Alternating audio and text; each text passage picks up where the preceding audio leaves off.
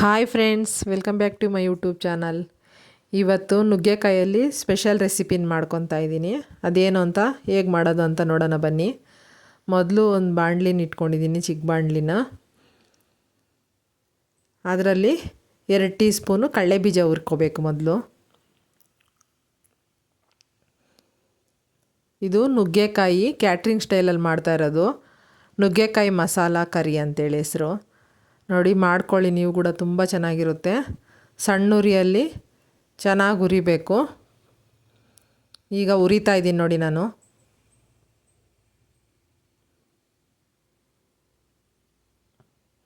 ಹುರಿದು ಪುಡಿ ಮಾಡ್ಕೊಳ್ಳೋದಕ್ಕೆ ಸೈಡ್ಗೆ ತಗೊಳ್ಳಿ. ಹುರಿದ್ಮೇಲೆ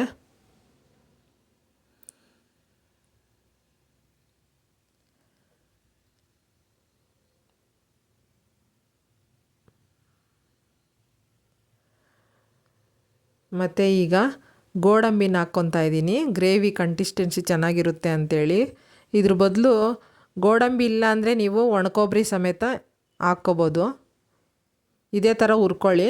ಮತ್ತು ಚಕ್ಕೆ 2 ಪೀಸು, ಲವಂಗ 2 ಪೀಸು, ಒಂದು ಏಲಕ್ಕಿನ ಸೇರಿಸ್ಕೊಂಡಿದ್ದೀನಿ. ಚೆನ್ನಾಗಿ ಹುರ್ಕೋಬೇಕು ಅದನ್ನು ಸಣ್ಣುರಿಯಲ್ಲಿ. ತುಂಬ ಡ್ರೈ ಮಾಡಬೇಡಿ, ಚೆನ್ನಾಗಿರೋದಿಲ್ಲ. ನೋಡಿ, ಹುರಿದಿದೆ. ಈಗ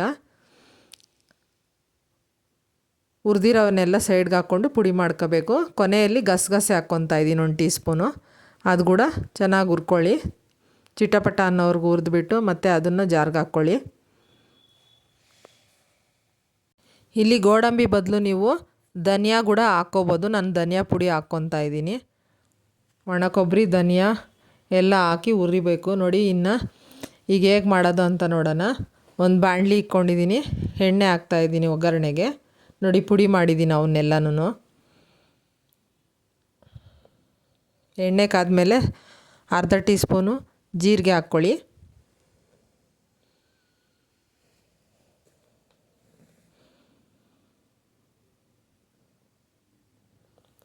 ಮತ್ತು 2 ಈರುಳ್ಳಿ ತಗೊಂಡು ಚಾಪರಲ್ಲಿ ಚಾಪ್ ಮಾಡ್ಕೊಂಡಿದ್ದೀನಿ. ಇಲ್ಲಾಂದರೆ ಮಿಕ್ಸಿಯಲ್ಲಿ ನೀವು ತರಿಯಾಗಿ ರುಬ್ಕೊಳ್ಳಿ. ನೋಡಿ, ಈ ಥರ ಪೇಸ್ಟ್ ಹಾಕ್ತಾಯಿದ್ದೀನಿ ಈರುಳ್ಳಿದು. ಚೆನ್ನಾಗಿ ಹಸಿ ವಾಸನೆ ಹೋಗೋವರೆಗೂ ಚೆನ್ನಾಗಿ ಫ್ರೈ ಮಾಡಿ ಈರುಳ್ಳಿನ.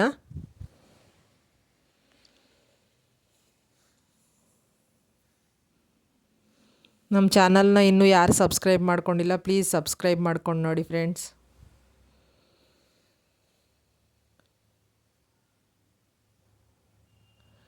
ನೋಡಿ, ಈರುಳ್ಳಿ ಇವಾಗ ಸ್ವಲ್ಪ ಫ್ರೈ ಆಗಿದೆ. ಸ್ವಲ್ಪ ಕರಿಬೇವು ಹಾಕ್ತಾಯಿದ್ದೀನಿ. ಈಗ ಕರಿಬೇವು ಹಾಕಿ 1 ನಿಮಿಷ ಫ್ರೈ ಮಾಡ್ಕೊಳ್ಳಿ. ತುಂಬ ಟೇಸ್ಟಿಯಾಗಿರುತ್ತೆ, ತುಂಬ ಚೆನ್ನಾಗಿರುತ್ತೆ ಫ್ರೆಂಡ್ಸ್. ಇದು ನೀವೊಂದು ಸಲ ಟ್ರೈ ಮಾಡಿ. ಮತ್ತು 2 ಟೊಮೊಟೊನ ಪೇಸ್ಟ್ ಮಾಡಿ ಹಾಕ್ತಾಯಿದ್ದೀನಿ ನೋಡಿ ನಾನು. ಕಟ್ ಮಾಡಿ ಆದರೂ ಆಗ್ಬೋದು, ಗ್ರೇವಿ ಚೆನ್ನಾಗಿ ಬರುತ್ತೆ ಈ ಥರ ಅಂತ ರುಬ್ಕೊಂಡಿದ್ದೀನಿ ನಾನು. ಇದು ಕೂಡ ಹಸಿ ವಾಸನೆ ಹೋಗೋವರೆಗೂ ಚೆನ್ನಾಗಿ ಫ್ರೈ ಮಾಡ್ಕೊಳ್ಳಿ ಮಸಾಲೆನ.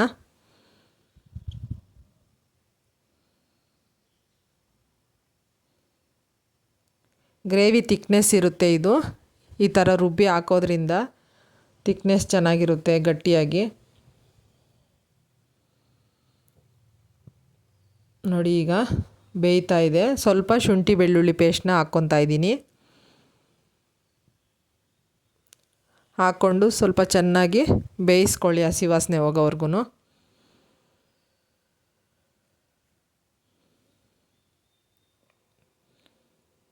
ಇದು ಕ್ಯಾಟ್ರಿಂಗಲ್ಲಿ ತುಂಬ ಮಾಡ್ತಾರೆ, ಯಾಕಂದರೆ ಹೋಟ್ಲುಗಳಲ್ಲಿ ಮತ್ತು ಮದುವೆ ಮನೆಗಳಲ್ಲೇ ಇಂಥವೆಲ್ಲ ಮಾಡೋದು ಮಸಾಲ ಕರಿಗಳು. ಆದ್ದರಿಂದ ಸಾಂಬಾರೇ ಮಾಡೋ ಬದಲು ಈ ಥರ ಕೂಡ ಮಸಾಲ ಕರಿ ಮಾಡಿದ್ರೆ ತುಂಬ ಚೆನ್ನಾಗಿರುತ್ತೆ. ಮಕ್ಕಳು ಇಷ್ಟಪಟ್ಟು ತಿಂತಾರೆ. ಮುದ್ದೆಗೆ, ಅನ್ನಕ್ಕೆ ಎಲ್ಲದಕ್ಕೂ ಕಾಂಬಿನೇಷನ್ ಚೆನ್ನಾಗಿರುತ್ತೆ ಇದು. ನೋಡಿ, ಈಗ 6 ನುಗ್ಗೆಕಾಯಿನ ತೊಗೊಂಡಿದ್ದೀನಿ ನಾನು. ಈ ಥರ ಉದ್ದಕ್ಕೆ ಕಟ್ ಮಾಡಿ ಹಾಕ್ತಾಯಿದ್ದೀನಿ.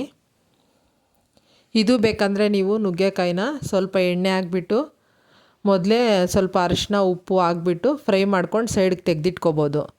ನಾನಿಲ್ಲಿ ಡೈರೆಕ್ಟಾಗಿ ಹಾಕ್ತಾಯಿದ್ದೀನಿ. ಮಸಾಲೆಗೆಲ್ಲ ಮಿಕ್ಸ್ ಮಾಡ್ಕೊಳ್ಳಿ.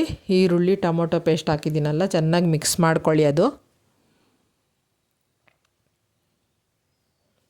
ಚೆನ್ನಾಗಿ ಆ ಒಗ್ಗರಣೆಯಲ್ಲೇ ಚೆನ್ನಾಗಿ ಬೇಯಿಸ್ಕೋಬೇಕು.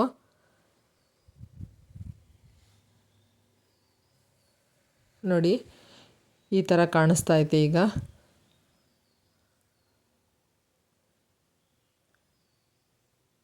ಈಗ ರುಚಿಗೆ ತಕ್ಕಷ್ಟು ಉಪ್ಪು ಹಾಕ್ಕೊತಾ ಇದ್ದೀನಿ, ಯಾಕಂದರೆ ಕಾಯಿಗೆ ಅಂಟ್ಕೋಬೇಕಲ್ಲ ಸಾಲ್ಟು, ಅದಕ್ಕೆ ಹಾಕ್ಕೊತಾ ಇದ್ದೀನಿ ನೋಡಿ. ಹಾಕಿ ಕಲಿಸ್ಕೊಳ್ಳಿ. ಸ್ವಲ್ಪ ಅರಿಶಿನ ಹಾಕ್ಕೋಬೇಕು.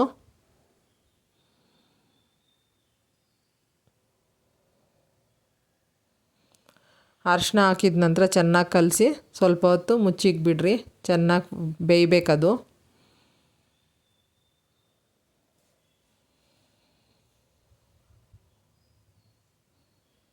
ಸಣ್ಣ ಉರಿಯಲ್ಲೇ ಬೇಯಿಸ್ಕೊತಾ ಇರಿ. ಜಾಸ್ತಿ ಉರಿ ಇಟ್ಟರೆ ತಳ ಅಂಟಷ್ಟು ಚಾನ್ಸ್ ಇರುತ್ತಲ್ಲ, ಅದಕ್ಕೆ ಸಣ್ಣ ಉರಿಯಲ್ಲೇ ಬೇಯಿಸ್ಕೊತಾ ಇರಿ ಈ ಥರ. ಈಗ ಲಿಡ್ನ ಕ್ಲೋಸ್ ಮಾಡ್ತೀನಿ, ಸ್ವಲ್ಪ ಹೊತ್ತು ಬೇಯ್ದುಕೊಳ್ಳಿ.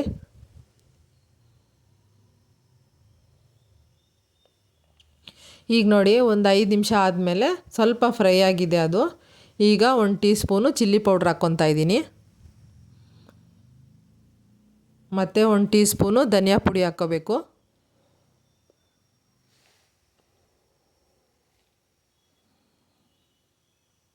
ಧನಿಯಾ ಪುಡಿ ಹಾಕಿ ಚೆನ್ನಾಗಿ ಮಿಕ್ಸ್ ಮಾಡ್ಕೊಳ್ಳಿ.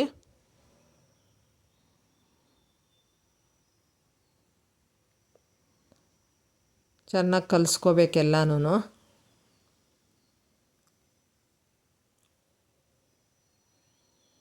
ತುಂಬ ಟೇಸ್ಟಿಯಾಗಿರುತ್ತೆ ಈ ಮಸಾಲ ಕರಿ.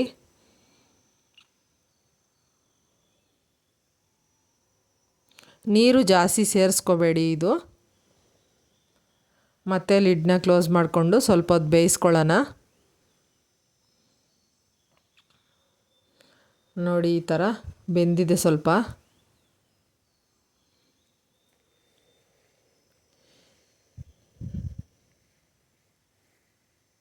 ಈಗ ಸ್ವಲ್ಪ ನೀರು ಸೇರಿಸ್ಕೊತಾ ಇದ್ದೀನಿ. ನೀರು ಸೇರಿಸ್ಕೊಂಡು ಚೆನ್ನಾಗಿ ಕಲಸಿ ಸ್ವಲ್ಪ ಹೊತ್ತು ಬೇಯಿಸ್ಕೊಳ್ರಿ.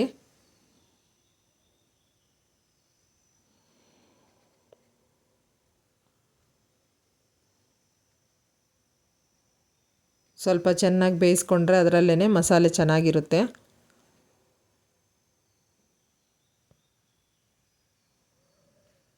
ನೋಡಿ ಈ ಗ್ರೇವಿ ಎಲ್ಲರೂ ಇಷ್ಟಪಟ್ಟು ತಿಂತಾರೆ.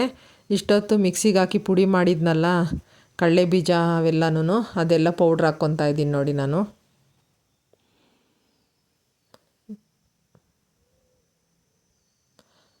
ಆ ಪೌಡ್ರ್ ಹಾಕೋಕ್ಕೆ ಮುಂಚೆನೇ ಸ್ವಲ್ಪ ಚೆನ್ನಾಗಿ ಬೇಯಿಸ್ಕೊಳ್ಳಿ ನುಗ್ಗೆಕಾಯಿನ.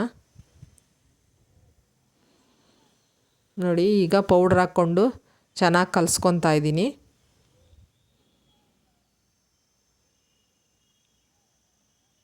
ಇನ್ನೂ ಬೆಂದಿಲ್ಲ ಅಂದರೆ ನೀವು ಸ್ವಲ್ಪ ನೀರು ಸೇರಿಸ್ಕೊಂಡು ಬೇಯಿಸ್ಕೊಳ್ರಿ. ಈಗ ನೋಡಿರಿ ನನ್ನ ಬೆಂದಿದೆ, ರೆಡಿ ಆಯಿತು ಮಸಾಲ ಕರಿ, ನುಗ್ಗೆಕಾಯಿ ಮಸಾಲ ಕರಿ. ಹೇಗೆ ಬಂದಿದೆ ಅಂತ ನೀವು ಕೂಡ ಟ್ರೈ ಮಾಡಿ ಹೇಳಿ. ಪ್ಲೀಸ್ ಸಬ್ಸ್ಕ್ರೈಬ್ ಮಾಡ್ಕೊಂಡು ನೋಡಿ. ನಮ್ಮ ವಿಡಿಯೋಗಳು ಇಷ್ಟ ಆಗಿದ್ದರೆ ಲೈಕ್ ಮಾಡಿ, ಶೇರ್ ಮಾಡಿ, ಸಬ್ಸ್ಕ್ರೈಬ್ ಮಾಡಿ. Bye friends, thank you for watching.